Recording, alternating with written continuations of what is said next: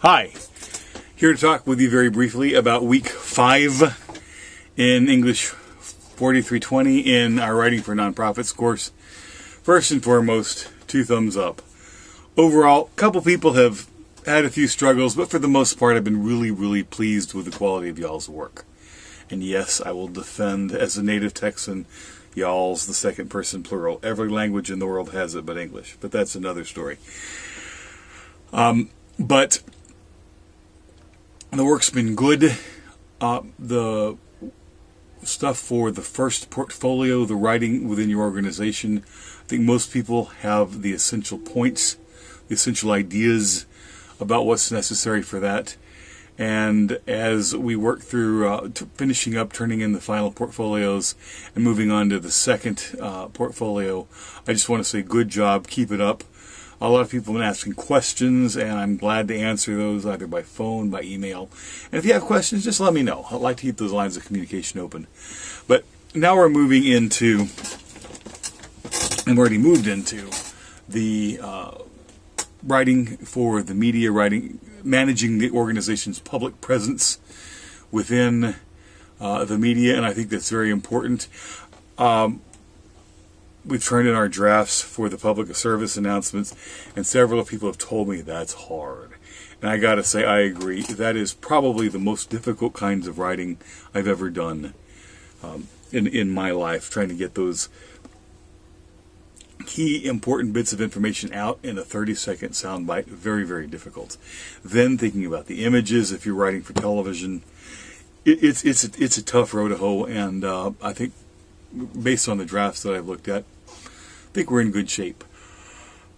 But as we move into this discussion of press releases, which is a genre kind of writing where an organization issues statements that tries to manage its presence, we're going to focus on using them to promote events. But I did want to make you aware of their use in managing the way the public perceives an organization.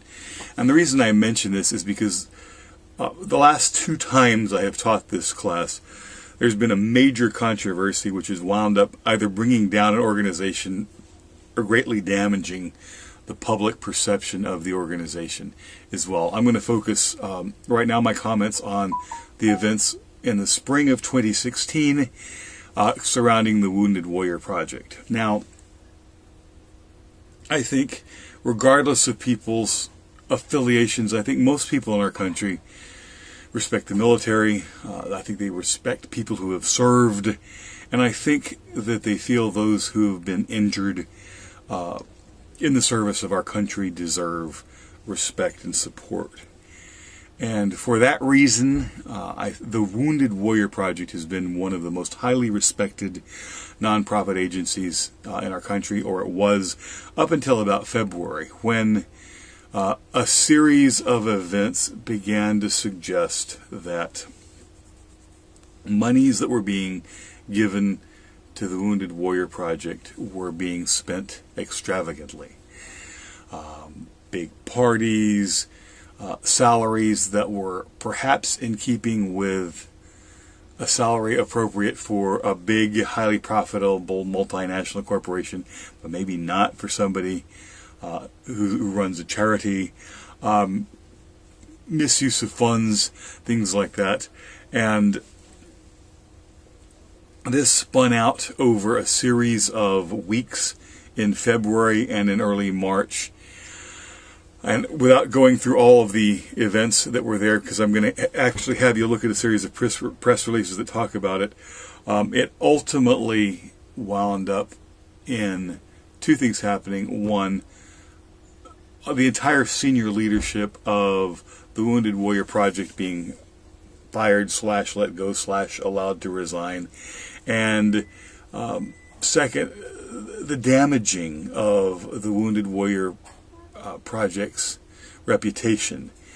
And a lot of things happened there, and one might argue that the approach the Wounded Warrior Project took which was essentially to run itself like a for-profit corporation, was good because it greatly increased revenue for the organization, greatly expanded its visibility. But my point is that the way the Wounded Warrior Project handled its public appearance, handled its public presence within the media, didn't help the organization.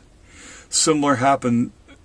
A similar event happened in spring of 2012 with the Susan B. Komen Foundation, the Breast Awareness Foundation. They're the people who do the pink ribbons.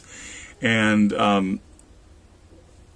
if you want to go back and look at that, that was another event in which a series of revelations about them and their political stance and some of the things that they did came out.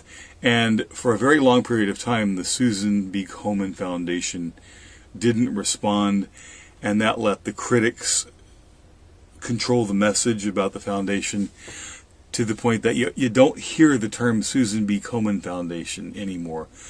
You might see the little pink ribbons for breast cancer awareness, but I don't know if you've noticed, you don't hear that much about the organization. You don't hear that much about breast cancer awareness as you used to, and a lot of it is because of the organization mishandling its media presence when a controversy came up.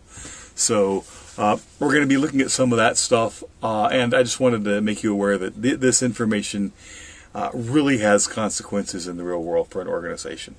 Anyway, appreciate your time and keep up the good work. We'll be seeing you, or at least reading from you. Thanks. Bye-bye.